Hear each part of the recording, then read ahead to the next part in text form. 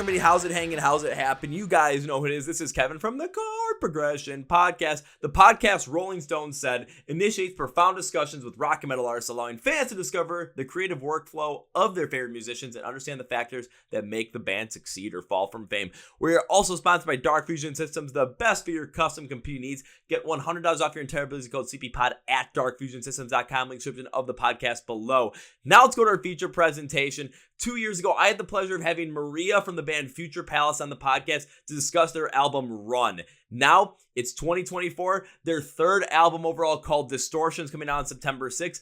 And now I can talk about the album and what happened the last 2 years, but how just personal and vulnerable the band is with their lyrics, how Maria is a songwriter, and how the band is holding nothing back from who they are on this album. And I gotta tell you, this is one hell of a conversation. You're going to want to listen to this whole entire thing. You ready? Let's go! Yeah.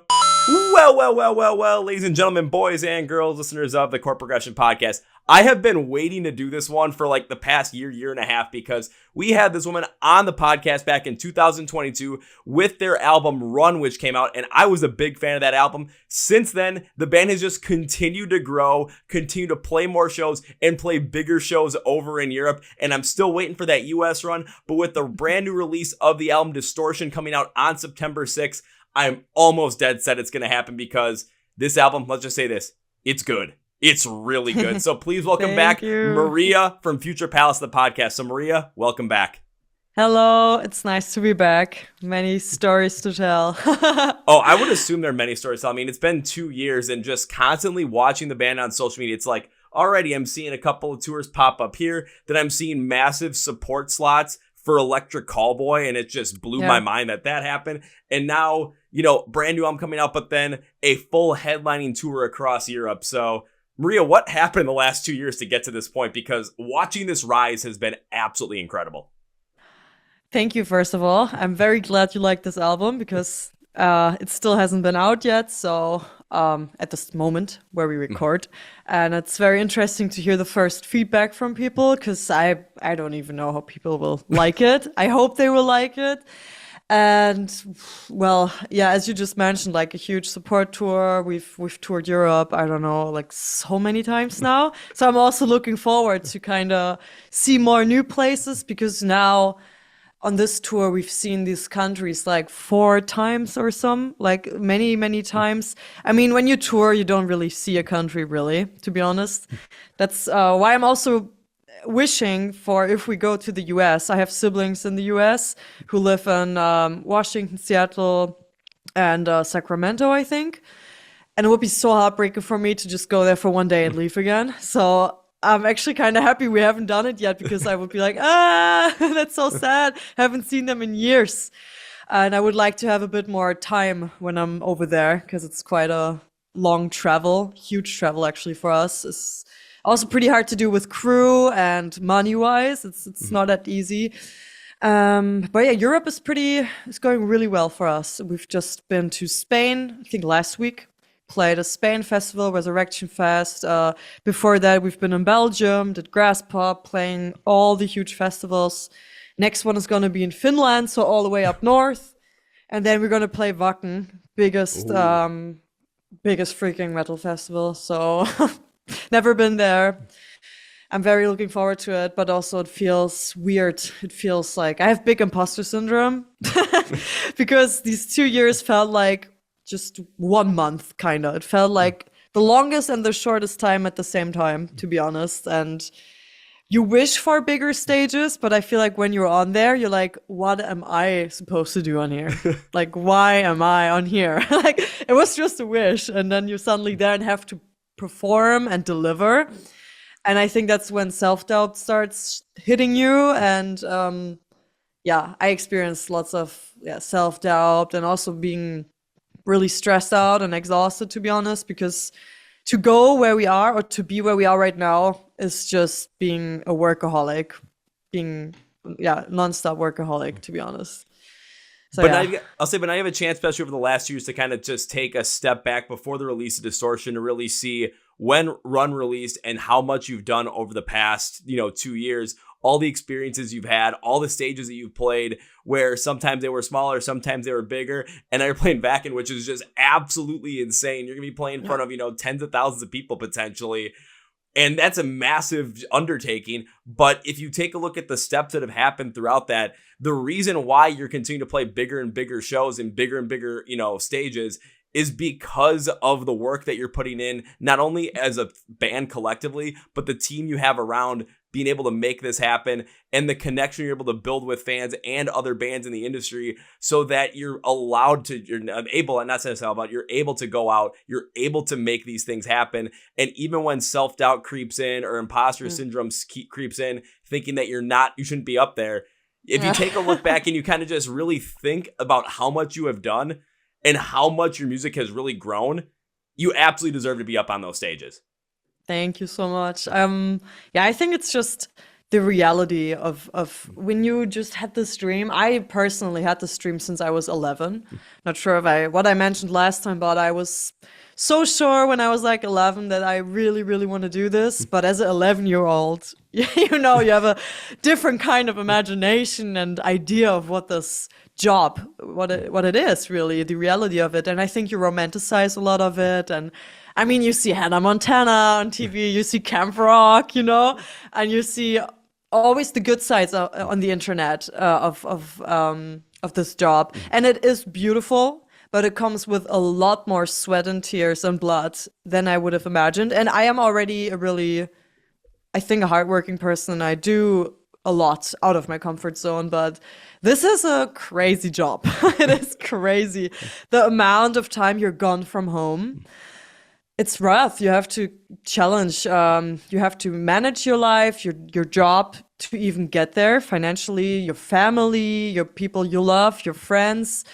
There's a lot of sacrifice to make to do what you love. And I think it's becoming more and more reality. And it's beautiful and scary at the same time because you just don't know what this is going to be like until you're there. And it's going to be different for every band, I think. I think maybe, like a pop artist has a different life than maybe a metal artist and so on and so on. It's like you don't know what your life really is. And that is kind of the scary part of it. But I'm still looking forward to growing more, and it feels very rewarding to see that people actually like what you do, that the numbers are bigger, that the people in front of the stage are bigger. And to me, it's just so weird to try to understand why people very like us and support us for over so many years now. But yes, it's also rewarding. So I'll say it has to be absolutely rewarding. And you're making great points too, where as we as fans get to look at so much that's going on with these artists, we get to see everything on social media, but we only really ever seen the positives. We're only ever seeing the highlights. And we never, as fans, fully understand what you go through as musicians, what you go through as artists in this life where you're always traveling, where you're managing life not only from a professional setting where you're constantly having to be on, you constantly be in that creative space and traveling all over the place, but you're also managing, your family life, your relationships. Like you said, you haven't seen your siblings in a couple of years who live over here in the United States. Yeah. So there's a lot of that comes into it. But when you take a step back and you realize, like you said, you want to do this since you were 11, and through all of the stuff that's gone on, and you can also focus in on the negatives too, because as humans, if we're in it, we tend to focus more on the negatives than the positives.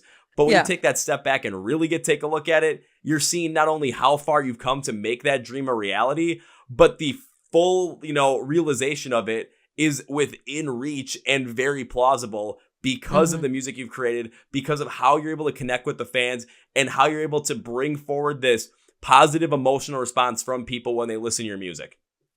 Yeah, I mean, that is actually for me almost one of the biggest motivations even. It's not even that. I mean, first of all, it's very fulfilling to do something that is yours, to see people like your lyrics, your music, your videos, and so on and so on. But the moment when I hear people telling me that this means a lot to them, which I wasn't with people that much for the past tours because I struggled a lot with my vocals, which now improves and improves more. I had to learn more, get a coaching and practice more, get more downtime. But on the festivals, we had some signing sessions, and it's never a long time, sadly, that you have with people face to face. But many people told us what these songs mean to them, and to me, it's still, I just cannot really believe it that this helps people, that my like crying, crying and all that stuff actually touches people and they can relate to it and actually get some hope and motivation. So, and also seeing that on our last headline tour, which was just in like fall, winter, we toured until December last year, and to see the feedback, to see the people. I had many days when I felt very down. I mean, I do have mental illness, I do have depression, and it is challenging. It is very challenging to do this. I think any job is challenging, but especially when you get out of home, out of your comfort zone, you don't have your comfort family, friends. You just have this bunk with a curtain as privacy, and sometimes I hate it, and sometimes I love it. It is the reality. But then seeing these people, I had this one show where I lost my voice, last show of the entire tour, or pre last show, and oh my God, I was so sad. But the people, the feedback, the love they gave us was just so beautiful and gave you hope for humanity, kind of, even like, wow, there are people that are so lovely and beautiful, and that is so magical. I don't think you have that with any other profession that much. So that is very nice. Yeah. I'm not shocked that happened though. Just when it comes to people supporting you, especially when you lose your voice and what you went through all vocally, just due to the fact that, again, what you talk about in these songs, what the overall focus is, when you really dive deep into so many things with mental health, with mental illness, and really bring them to the forefront through the lyrics and through the way the instrumentation comes through, not only when we talked about Run, but of course everywhere on Distortion as well, it allows people to just have that feeling that you are going through this stuff too, but now they have this companion that they know they're not alone in it. And the way that you guys write, the way that you write your lyrics too, the way that you sing them, it connects with us on that emotional standpoint. So even when you're struggling, we want to pick you back up, because in times when we were down, your music has picked us up to make us feel like we're not alone in this situation. And that's where that positive, that's where that love can come in to even help you out from your days where you're not doing so well from our standpoint, because we don't personally know you. We know your music, but it means so much to us that we want to make sure we see you do well so that you can keep doing what you love. And then in turn, we get more great music from you, and it just keeps that positivity train going.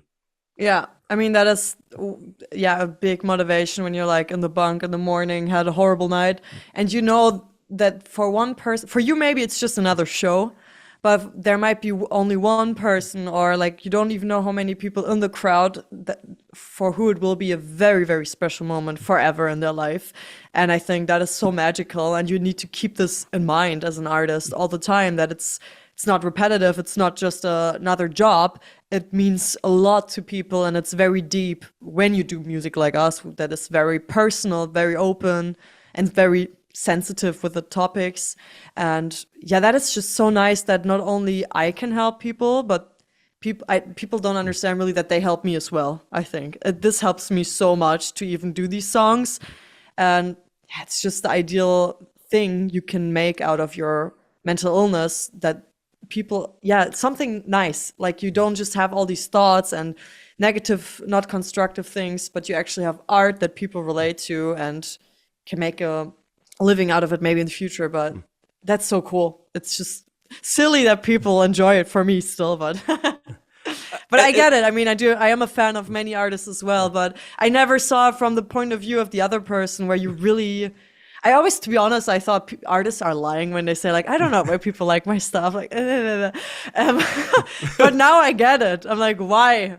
I don't get it. Why do people like it? But it's kind of the same thing where if you put yourself in the fans' perspective, the bands that you like, you understand why you like their music. Yeah. And if you kind of think about that, then you can put yourself in the mindset and the bodies of the fans of Future Palace, and you can kind of get an understanding of why they really like your music, why they connect with it, and why when you play these shows, when you were doing these support slots, people were showing up and really getting into it. When you're doing headlining shows over in Europe, why are people coming out to this and absolutely supporting this? Maybe one show, 2, 3, 4, 5, who knows how many. Why are people showing up and droves to see you play at these festivals and really getting it? It's because not only is the music connective, but then when they hear your vocals and they hear the passion that's behind there, especially when you mix sometimes some of the softer, more breathy singing, sometimes when it's full on, and the full on screams that come out of there too. And on top of the instrumentation, on top of how everything is connected, it allows us to really get deep and lost into not only where we're at and that I'm like mentally at that time, but again, it allows us to understand a little bit more and realize how many people else are out in the crowd that may feel that way. So we know that we're not alone. And then you see it up on stage and you see how many people are enjoying it. Even if you're not sure why people enjoy it, I mean, as time goes on, you're going to understand more and more what the impact Future Palace has on people's lives with the music as it continues to grow. Yeah, I think maybe a big a reason might be that it's real. And that's what I noticed on this headline tour. As I said, I was struggling, or I am struggling many days on the show. And on this last headline tour, I played one song on the piano, our first song we've ever done, maybe. And I had a little speech before that was pretty intimate and very, very honest. And I noticed, because it was a very silent moment with just a piano, we never do that, we've never done that. I was so anxious because I don't play an instrument in this band usually. And it was like my first time. I was like anxious every day. And I was like, why did I have this idea? I hate myself for it. Like I fucked up so many times. But the moment was so intimate, and seeing the people's faces, hearing them, and seeing many people even crying and stuff was just like a family kind of. That was very, very beautiful. And I think it also showed people more how real it actually is, what I try to tell them, and that they could feel the pain, and we could also like kind of go through it together. Yeah. Now that's just beautiful about this. Yeah. Through something like that with piano, just you and speech like that, even though we can get the emotional connection through the music, and we can follow that emotional journey, that emotional roadmap that you're providing us there, and we can put our own issues and our own stories into that when we listen to it, so it can relate to us. When we hear a speech like that, especially we're in the crowd, not only does it connect us to the emotional side of things, but it connects because we already listened to the music and we already know what's going on. But we also now get the deeper and more personal side from you. We see that openness, and now it allows us to feel like at the same time, you know, maybe what we've gone through, maybe it's tough, but we're not the only ones once again. And there are so many people that are in many different walks of life. They're doing great things. Sometimes they're doing things that they'd not wish they were doing because they've got other responsibilities. But we all get to understand each other a little bit more in that moment. And that's where you get those vibes of people crying in the crowd. But it's a supportive kind of thing where people around there are helping people. It's no one's being judged at that moment because you're being open and honest. And we feel like we can do the same as well with our emotions at that point in time. Yeah. And I mean, that is so nice that I can allow people to feel open about how they feel and have a safe space to do that. And I always will try to create a safe space at our shows and make sure there are no aggressive weirdos who like just come there to mosh, because that's not who we are. And some people might misunderstand that. Also, the recent release we had, the one before Dream State, was the Echoes of Disparity, and oh my god, we've never received that many hate comments. And I was shocked personally, because I was like, I thought people know that our band is a 100% tolerant safe space for everyone. And that was kind of shocking for me to see. But I was kind of expecting it also, that when you do something controversial, which actually isn't really controversial to sing about women's rights. I don't know. I don't think so. I think it's just normal, but I think it's controversial, or like it is not common in a metal context where it's still mainly man-dominated. Also, there are still a lot of questionable bands in the scene with questionable backgrounds, let's say it like that. So yeah, we received many hate comments, and also now on stage when we do the song, I make sure that everyone knows what we stand for, and that I want everyone to tolerate each other when they're in the crowd and when they're with us, and in ideal world, in life in general. See, I'm both surprised and not surprised that you got hate comments for that. Where I'm not surprised it is because, of course, with the subject matter that's behind the song, but also just it has a little bit of a different feel. There's a little bit more of an experimentation piece to it. Because when I was listening to it, I'm starting to pick up there might be a little bit of an influence there from Bad Omen's Death of Peace of Mind record, just given the flow and given the way that it went. But what really surprised about some of those comments was why they came in was I'm like, this song was an absolute hit. If you actually just don't think that it's just going to be mashi mashi heavy heavy all the time, if you've listened to Run, you know that's not the case. If you listen to the whole entire thing, you know that there's going to be more inflection. There's going to be some more melodic pieces in there. There's going to be some pieces that are really going to get you hit emotionally, where you're not going to be able to be in the pit and just try and smash and grab everybody.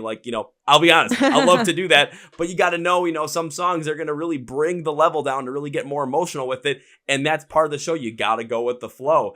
But again, if you take a look and just kind of step back and you don't have this certain premonition of this band has to be a specific way, then you get to actually see where the beauty in some of these songs come from. And I'll use Bad Omens as the perfect example. When Death of Peace of Mind dropped, there were a lot of people that were like, what is this? I thought Bad Omens was heavy. And look at what happened when the record fully dropped. Bad Omens went from playing opening slots in clubs to now headlining festivals 2 years later. Yeah. I mean, the song I was mentioning was The Echoes of Disparity, so not the recent release, but the one before. So that one is actually pretty aggressive. So then I messed that up. Sound-wise, but sound-wise, people would like it. And they were like, actually, I like how it sounds, but fuck the lyrics. So I was like, well, okay. But yeah, also I think that's one thing we can be happy about is that people don't really judge us for being a little softer because that's who we were from begin with. I think maybe if we do a ballad or something now, people might be confused because we just turned into I think, heavier band. So yeah, but usually people are actually okay with the change of style musically, but I noticed that the change of lyrics really triggers people and visions, because we had a male dancer in the video who was wearing a bra and people went nuts. People were angry about that. And that's what I mean, that I was like, wow, okay, interesting. How different perspectives are. Not really perspectives, but opinions in the scene still are. And the metal scene oftentimes is a lot more conservative than they play to be or pretend to be, sound-wise and also lyrics-wise. So yeah, I knew that, and I wanted to be more open. And as you said, the Bad Omens movement or Bring Me the Horizon, people hate them for change. They got so much hate for change, but the change is what makes something great a lot of times. Because you can't keep going and do the same thing. But I think that's against human nature, to be honest, because humans have always evolved and changed forever. We do oftentimes go back in time and repeat things. But humans, that's just who we are. We are so curious, and creativity to me is movement and change. And that's also why with this new album, Distortion, I was really, really focusing on having a change in there as well, sound-wise or lyrics-wise, because I get bored by doing the same things. And I want to be excited by this as well. And so therefore, it also sounds a little different than Run, I would say. And I personally love change with bands. I mean, of course, you can also mess it up. It can also be a little too much, a little too weird, not fitting. But oftentimes, I think it's a little bit of chili in the chocolate that makes it stand out, Yeah. I know what you mean, and it's weird where it's, people from personality standpoints, they're resistant to change. They don't like the small change, but humans as a whole, as culture moves on, as time moves on, different people come more prominent in, the cultural influence of things. So those things massively change. Art changes, music changes. I mean, I think about here from America, it's 1950s rock and roll with Elvis. I mean, that was a huge, oh my God, people were just losing their minds and wanting to ban him completely because he shook his hips on TV. Yeah, and now it's just completely different, where You're absolutely right too. When it comes to the metal scene, they tend to lean a lot more conservative, though a lot of times they don't like to show it. They like pretend kind of it's the other way. But when you have something like this, when you have the video that you did for the Echoes of Disparity, and you bring that out there, now you're showing more of who you are. You're showing more, especially lyrically, what you stand for. And even as people come through with that negativity, and they're just like, well, we love the sound of it, we don't like the lyrics, we don't like the visuals, and just start getting mad at it. At the same time, it's really weird where you're living kind of rent-free in their head at that point. And the constant conversation, the constant movement of it is going to stir up enough where people are going to get to know who you are as a band. People are going to get to actually see what the sound is like and then dive deeper into it. And those that kind of just stick in with, all right, we saw one thing and we don't like it. Those people, especially personality-wise and mindset-wise, they're so rigid that if you don't fit in that exact box that they want you to fit in, then they're not going to like you. But why would you want to fit into somebody else's, perfect box of what they think you should be, especially on your end where creatively, artistically, you like to change things up. You like to try new things. So don't play into people that just want to keep you in here. Play into yourself where you can be all over the place and do what you want to do creatively. Yeah, exactly. I always wonder in that moment what people think we are, what they thought, and what led to their thought of us. Like, what kind of songs did they listen to? Have they even listened to the lyrics really? Or what have they interpreted into the lyrics, like, from themselves? Because from day one, from Escape, our first album, we mentioned many sensitive topics, also like domestic violence. And I spoke on stage since our first gig about these topics, and I was like, so you kind of misunderstood something on the way of like who we are. And that can also happen. It's kind of important to also understand what kind of band you're listening to sometimes, and if you are even on the same wave as they are. And maybe question yourself, what makes you so angry in this moment? That's actually my real question. Like, what makes you angry about these lyrics? Because if it makes you angry, you're part of the problem. And it's not an attack to any good person, let's say it like that. It's more attack to people who are ignorant, and let's say ignorant and sum it up there. Yeah. Because, we can sum up ignorance. Yeah, ignorance is not a good thing in this world. No, and it's crazy because like even for myself, my favorite band of all time is much more left leaning and like punk rock, so their lyrics are very expressive of that. And a lot of the times I don't really align with their like mindset or what their political opinion is. That doesn't stop me from listening to it, getting an understanding of where they're coming from and enjoying the music because I just love it that much.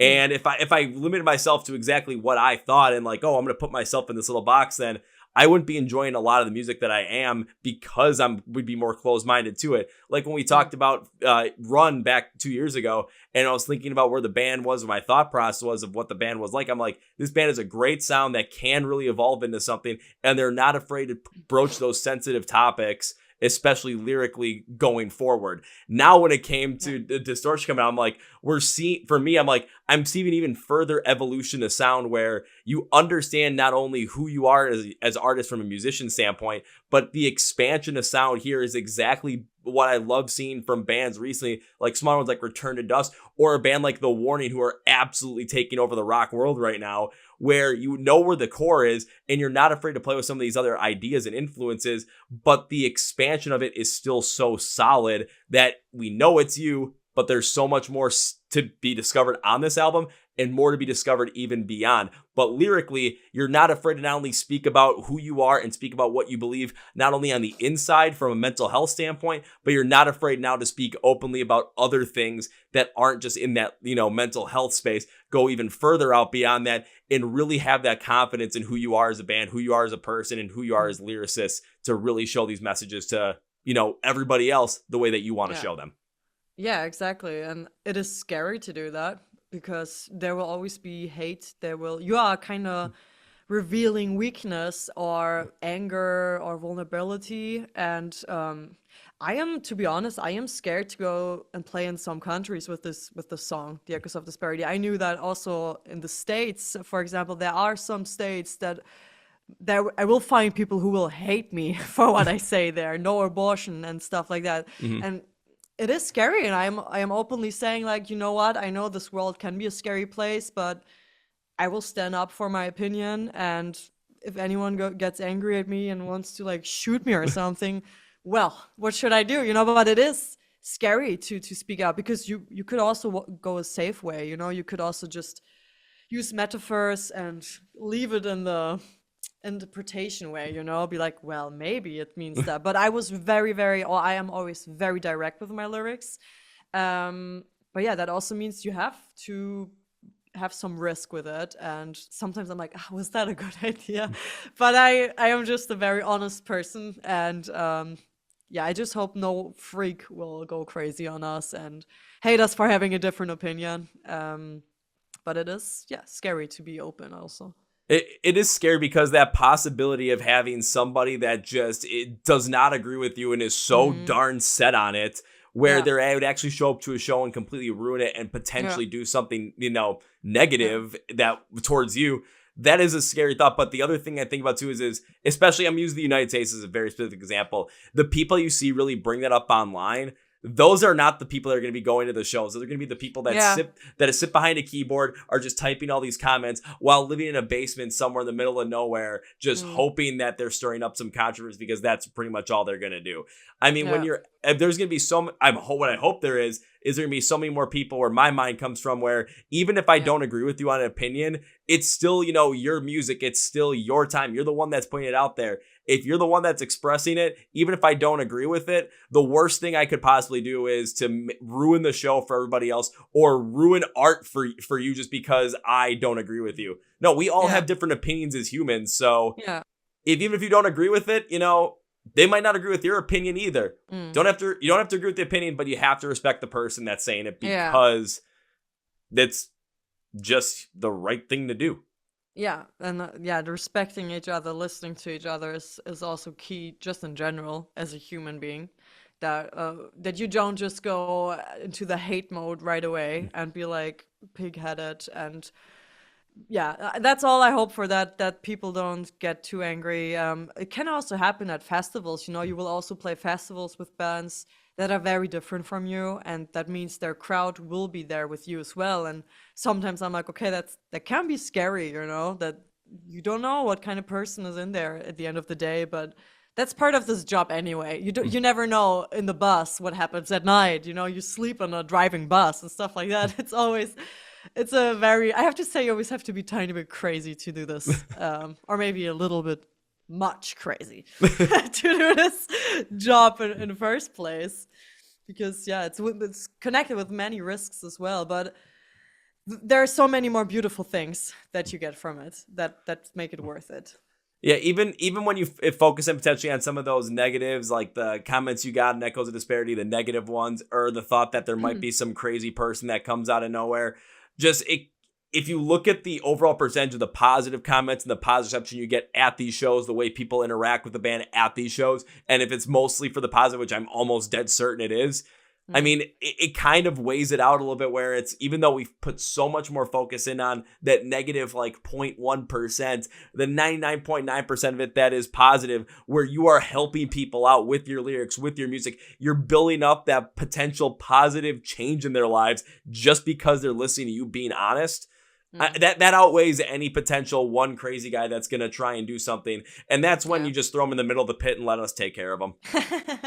Yeah, hopefully that won't ever happen.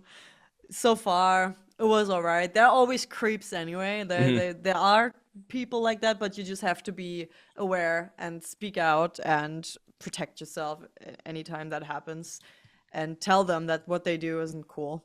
Like, over sexualizing someone, or there are creeps. We've been on tour with Battle Beast, also female fronted, or like whatever you call it. It's a singer who's a female. They do completely different music to us, and it was also one of our first tours. But they had many different fans, let's say it like this. Their fan base was older and lots of more men, and they had like super hardcore fans, like men who would wait at the bus. And on that tour, there was also one dude who was very over fixated on female singers, and almost like it's like his passion to like follow female singers. And now it's already a weird red flag. And he had like a digital camera, and he was very aggressive when he was at the merch, like, can I have a picture? Can I please have a picture? And then he would run after me and stuff. And I was like, oh my God, can we just get this guy out of the venue? Like, what the hell? And in these moments, you have to speak out for yourself, I think, and watch out that if somebody's misbehaving, get him out of the venue if he's like very disrespectful, you know? Yeah. It's a learning process as well. Yeah, and I think especially the learning process you're seeing now, especially, you know, speaking up when stuff like this happens. And the more you speak up about, the more you bring it up, that person's behavior might not change, but that person's not going to be around that area or the venue any longer, just due to the fact that if they are acting like that, they're going to get kicked out eventually, because not only the other bands that want them there, but what fans want that person there as well. Yeah, and he could also do it to other fans you don't know. That's also I want people to feel safe, as I said at shows. I want them to let out their emotions, but also after every mosh pit, I ask, are you okay? Anyone hurt? Everything good?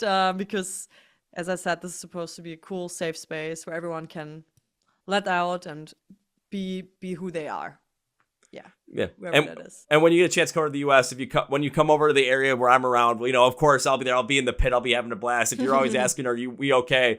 I'll still always throw a thumbs up, even if like I have a broken finger. I'll be like, yeah, we're still good. It's like, if someone falls down, we know the rule. We got us covered. If someone falls down, we pick them right back up. If they're hurt, we find a way to get them out of there safely. Yeah, and that is so nice. That is one very good thing about the scene, I think, that in other genres, you know, people won't do that maybe, but people are still mainly overall very empathetic and very, lovely and nice to each other. And that is so beautiful about this scene. And I really enjoy being in this scene for that reason.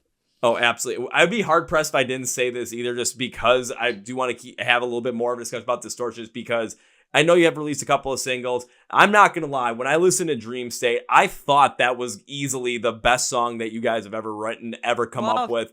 Thanks. Absolutely beautiful. And then I listened through the rest of the album. I'm like, might be tied now, because there's one that has yet to be released where I listen. I'm just like, what were you guys thinking? How did this happen? But why is it so good? And that is, I got to make sure I get the name of it right, because I know I'm going to mess up my head. A Fool on the Devil's Reigns. That was the one that made me like, what were you guys thinking? But this was probably the best thing along with Dream State as well. I was like, wow. Nice. That's funny. We even thought about like, should this be a single? Should it not? Because it's pretty different from what we usually do. It has like not really, but it kind of has a new metal energy in there. And we were just leaning into it. I'm like, let's go. We all love that music. And let's do it. Let's just go. Let's put a little bit of rap influence here and there, even though I'm not really a real rapper or anything. I'm also not a native speaker, like no mother tongue, you can tell. So it's challenging if you do even more faster lyrics with English, and challenged here and there with the song. But I also really enjoyed that one. I'm very looking forward to play this live. I think it will be a lot of fun to play this one live. But yeah, it's funny to hear you like it, because our guitarist was also like, I really like this song. And it kind of stands out a bit, but still fits in. It's playful, but still has this like overall sound of the album, I think. Sadly it's not a single, but I would like to maybe do a video or something in the future if we have the money for that. I'm kind of glad that it's not a single, just because it's that point on release day where it can be like maybe one of the focal point songs on release day. Just due to the fact that it does have a little bit of that new metal influence there. When I was listening to it, it kind of reminded me of like a deeper, heavier style of the song Somewhere I Belong by Linkin Park. Probably my favorite Linkin Park song out there. Yeah. And as you go through the rest of the song, it's kind of like, in my mind, Future Palace and Meteora mixed together. But it was everything I could have possibly wanted about it. Nice. The way that it flowed, especially you put in a little bit of that rap piece in there. I was thrown off by it, but it was the way the vocal tone really works. It had this little bit of like aggression and embedded anger in there, and I loved hearing it. But then when the chorus hit, I'm like, instrumentally, pure Meteora heaviness with a slightly melodic but rougher guitar. But the vocals that you had on the top of that, they had that clean but also scorn anger feeling in them. And the confidence of the rapping build to it in the verses, the way this all stands out, it came across as authentic fully as possible. And I thought this was really awesome if you ask me. So I was like, I wasn't sure because I remember when we talked about Run, I listened to Paradise and I was like, this is absolutely incredible. I love this. And then all of a sudden Dream State comes out. I listen to Fool and the Devil's Reigns. I'm just like, this just keeps getting better. Nice. I'm relieved. I'm like, this is great. This is fantastic. Oh, that's very nice because we're just having fun with this album while also having no fun because it was so much time pressure. I say that in like every interview. It was insane amount of time pressure because so many reasons with wisdom tooth infection from my side, way too many tasks, and I delayed it to the last possible date, to be honest. And when we were in the studio, we were kind of forced to be very fast, and I think that's sometimes good because you start to not overthink things and you just go with your intuition and your ideas, and you don't go like, oh, what would be a good Future Palace song, that's not really what we thought. Our producers kind of still thought about that, but so that song was, I think it was the last song we did on the album, The Fool and Devil's Reigns. I think that was one of the last days, not quite sure right now. And we were just like so done. It wasn't the last week though. We did it in the last week of like many weeks of being in the studio. And we were in the flow, and we're like, let's just go. Let's just take the song. Let's just go and have fun with it, have a good vibe. And I feel like it translated very well into what it sounds like in the end. Because the demo, I was very not sure about the demo. Like, I was like, this might be a very shit song, to be honest. Because the demo sounded pretty all over the place. There was way more rap, and the chorus still didn't feel like a chorus yet. And we didn't even change much melody-wise, but the producer... It was Julian Breuker. He was in such a good energy. He was like, let's go. Let's make this great. Let's treat every song like it's a single and make the best out of every song possible. And I think I'm so glad we've done this song with them together. Oh, I mean, when people listen and they get to hear it for the first time, I'm almost dead certain they're going to feel like, because I wrote in the last little bit of like my rundown of it, I'm like, I think this really hit well for a band that to most people, especially in the United States, is a secret that is ready to be shown to everybody on release day. Like, if you don't know who Future Palace is, you have to take a listen to this, and you're going to be thinking about this like, we have not heard this band. Why? And they have 3 albums out right now. And when do they come over to the US? Because this absolutely hits, and we need to keep listening to stuff like this. I hope that people will see it the same way, and very, very, very excited for the reactions, to be honest. Like, people will expect things now because it's like the 3rd album, and we did have this pressure like on the back of our heads that this is like a make it or break it album, kind of. You have to jump off now. You have to do the next step if you really want to live from this, if you really want this 100% as your life. And I really hope it would be nice if that happens with this album, but I personally don't even want to expect too much. I just poured my soul into this once again, and all my creativity, all my weird ass ideas, and I'm very happy that people tolerate them and tolerate when I say let's rap now, let's do techno parts, let's do this now, let's create a bump in the song that sounds like, let's do cinematic and all that stuff. So I think it can be challenging also for producers here and there, but I'm just glad it all worked out. We managed to do it on time, and I feel like it is way more Future Palace now. It's way more same line, kind of, from start to end, sound-wise, and we got more comfortable with the heaviness as well. I think you can tell. I'm a little sad. I would love to do like the next one right away, because I feel like I improved even more with screaming after the album, which is like frustrating, but the album is already so much better than Run, like heavy-wise. My screams improved so much, and I feel like you can tell. And yeah, we just leaned more into metalcore, and also it's still into techno here and there, and yeah, all the fun stuff. If the 3rd album is supposed to be where the band's like launching point is, and this is the album that you put out into it, especially coming out for 2024, where the band has continued to grow since Run released, how the band has continued to build up that, overall positivity train in the industry at these festivals throughout Europe. Maria, you're going to make it over to the US on a tour, especially after this album is released. This is, if I have any potential like thought about how this is going to work, this is that album that is easily the launch point for much more going forward. Of course, I like you said, you don't want to put them expectations on there because you never know what to expect, and then it doesn't doesn't allow you to get way overinflated with expectations to then, be disappointed if it doesn't get to the same point that you thought it was going to, even if it got to bigger than you potentially could.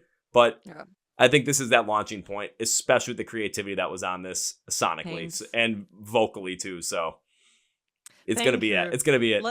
Let's see. I hope for it. But I stay calm. But so far, since starting this band, I get surprised every day. Honestly, I get to like the label deal to touring to everything is always like, what? Why? What? Like, okay, wow. And that's how it went. And let's see what I will see next, what I will hear next. When Johannes, our manager, will go to WhatsApp, be like, holy shit, guys. And I'm excited. I'm excited to put this album out. Let's hope the next thing he says to you, holy shit, guys, US tour on the way. That's what I'm hoping for. Well, let's say there's work behind the scenes already. So it's just a question of time. Really just a question of time. Perfect. Well, Maria, I got one more question before I wrap this up. Are you ready for it? Yeah. I love to ask this question to every single band because it allows us to get to know more about the music that you love, but get to know more about music in general. So can you name me 3 bands that you absolutely love right now that you would love to see more people get into? Oh, get more people into, so they cannot be like overhyped. if you think that if you want to get more people into them, you can. I've had people tell me like, oh, I don't know, and they threw in Holding Absence in there. I'm like, yeah, Holding Absence is growing really large, but they still need more people listening to them. So yes. Let me say one solo artist is Mothika. She's not a metalcore artist or anything. I just think she's so creative, and it is different to what we do. But I just really appreciate her art, her videos. She just put out a new album, I think, and I think she's very inspiring. Next one, let me think. It's hard. It's very hard. Oh my god. Okay. No, I think many people know them already. But Polaris are great. We just met them for the first time. I talked to Jamie, and they're so nice people. I think might be the nicest person I met so far in the scene, no, to be honest. Like, I was about to go to him to say I loved his show and that I love his band and we're big fans, and he was like, hey, I just watched your show, you're great. I'm like, holy shit, he knows who I am. So let's go with Polaris because they are very, very great, and they deserve a lot. And final one, let me check. It's I think in the US they're very, oh no, actually, holy shit, they're huge. Do you know Rain City Drive? They used to be called Slaves back then. I think they're just very, very good. Since they also changed the singer, just listen to their recent song, and I haven't met them ever, never had any contact with that band, never seen them live, but they always manage to make me fall in love with them, like song-wise, the songwriting. I just think, and he's also a very good singer, and I hope they're cool people. So go check out this band more, I think, as well. When it comes to Rain City Drive, I'm not sure about the rest of the band, but their lead singer, Matt, I had him on the podcast at the end of 2021, and I think I looked at like the overall wavelength of audio. Mine was very small because I'd asked him a question. He went in like on like a 10-minute tangent. It was just over the top on everything. I'm like, this is exactly what I wanted. Yes. Okay, that's cool. Oh my god, I didn't know. Yeah, but they also have been a big influence. Like Emma Rosa and Slaves have been big influence for Future Palace in the beginning. Also with the old songs still, but yeah, big influence back then. Or motivation, inspiration, whatever. So, yeah, motivation, inspiration, influence. It's all of it. Yeah, all of it. Yeah. Well, so Maria, I want to thank you for taking the time today to be on the podcast for the second time. I absolutely enjoyed this, and I was looking forward to this, and it hit on every expectation and then some. So everybody, 3 things to wrap this up. When it comes to Future Palace, remember, Distortion's coming out on September 6th, and yes, you need to listen to this whole entire album. And they're going to be touring over in Europe on a headline run, so go to the description of the podcast where it says Find Future Palace online. Links, labels for social media where you can follow them, where you can watch music videos, where you can stream the album, pre-save it, pre-order it, get some merch, and get tickets to those shows. Because I'm a little jealous that I can't go to them because I'm here in the US, but soon, very soon. I know they're coming over here at some point soon, and I'm getting excited about it. Thank you so much. Thank you so much. And now it's time for number 2. Last minute of the podcast, I made you a promise that first time I get to see you perform live, I will find you, I'll say hi, and first round's on me. Well, Maria's second time in the podcast. I haven't seen you play live yet. So first one turns to first 2. Yeah, we have to make that happen, hopefully. We'll figure it out. I mean, I was able to do it with Wind Waker literally a couple days ago because, well, luckily their tour manager is someone been on the podcast twice too, so that made it work. But when you end up coming to the US, we'll figure it out. Don't know how, but we'll figure it out. We will, for sure. We will. Just text our guy Johannes, and he will figure it out. I'll find his number somewhere, and I'll figure it out. Yeah, he's also our email that you probably talked to. So you are all welcome, invited, and it will be very cool. I'm very much looking forward to the touring there. Oh, perfect. I'm looking forward to seeing you too. And on that note, number 3, this cannot be goodbye because Maria, this is your second time on the podcast. I've absolutely having you on the podcast 2 times. So I hope this isn't the only time again that we get to. I'd love to continue to do this in the future, as well as made you a promise twice. I got to make good on it. So this is not goodbye. This is, I'll see you later. See you later. Yes. Well, folks, my interview with Maria from Future Palace, and now it's time for Kevin's final thoughts. So I was super excited to talk about this album with Distortion. I love Dream State. I absolutely, without doubt, loved A Fool on the Devil's Reigns. But what really stood about this whole entire conversation was when we opened up about it and Maria was talking about what she wrote it about, what she was like actually getting into, and the vulnerability that she was showing, being as upfront with it. I really liked it. And when we talked about the echoes of Disparity and how people kind of took negatively to it, and how even in the metal scene, it's like, you know, people seem to lean a little bit more one way, but they seem to like try and present a different way. It absolutely makes sense. And I love that Maria was not, you know, what's the best way to put it? Not shy about being that overt with it. Because even if with some of the things, you know, maybe if they're being overt with it, am I going to agree with everything Maria and Future Palace, you know, say, believe? Absolutely not. We're different people. But I respect the undoubtedly fact that they're doing this and they're putting it out there. And if you like it, you like it. If you don't, you don't. I respect the fact that their opinion is theirs. And their music is fantastic to go along with it too. And if we can't have these types of conversations or just actually enjoy the fact that some people are putting out great music, even if you don't fully agree with everything they say, it's okay. You know, you don't have to be so aligned with something politically, ideologically, that you're going to go against anything that does not agree with it 100%. And I mean, I've seen the growth of Future Palace from Run, from, you know, playing massive festivals in Europe now, opening for Electric Callboy, going on headlining runs throughout Europe. It's pretty amazing to watch this band work, and I can't wait to see him perform live here in the US. And I was absolutely kind of thrown back a little bit by this conversation in a way, because I wasn't expecting this to be the way it was going to go. But I don't think this could have been any better than it actually was. I mean, I have a lot more respect for Future Palace now than I did going into this episode. And I had a lot of respect for him even before this episode started. So thank you, Maria. When it comes to Future Palace, when it comes to Distortion coming out on September 6th, and when it comes to them playing live throughout Europe on a headline run, it goes straight to the podcast below here. It says, find Future Palace line links. Levels are all going to be there for you. So pre-order the album, pre-save it.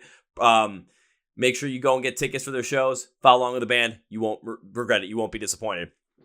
Also, be sure to hit subscribe to the Chord Progression Podcast right down here on YouTube. Hit follow on Spotify and Apple Podcasts. Like these episodes, they get pushed in the algorithm. Also, we are on social media with Facebook, Twitter, and Instagram, so hit the description below. There's links are there, so go and enjoy.